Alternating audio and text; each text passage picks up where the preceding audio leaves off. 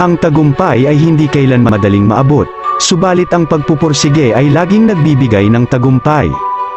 Huwag kang mawala ng pag-asa dahil sa isang pagkakamali, dahil sa bawat pagkakataon na nagkamali ka, ay isang pagkakataon na mas matututo ka. Ang pagiging matagumpay ay hindi base sa tagumpay ng iba, kundi sa pagpapakatotoo mo sa sarili mo at sa pag-abot ng mga layunin na nais mong maabot. Ang kailangan mo para sa tagumpay ay determinasyon, diskarte at tiwala sa sarili.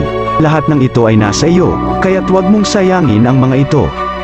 Ang pinakamalaking hadlang sa tagumpay ay ang takot na sumubok. Huwag kang matakot na magkamali, dahil ang bawat pagkakamali ay isa pang pagkakataon upang mas matuto ka at magtagumpay. Kung nais mong makamit ang isang pangarap, dapat mo itong simulan ngayon at hindi bukas o sa susunod na araw, kaya't huwag kang mag-alinlangan, simulan mo na.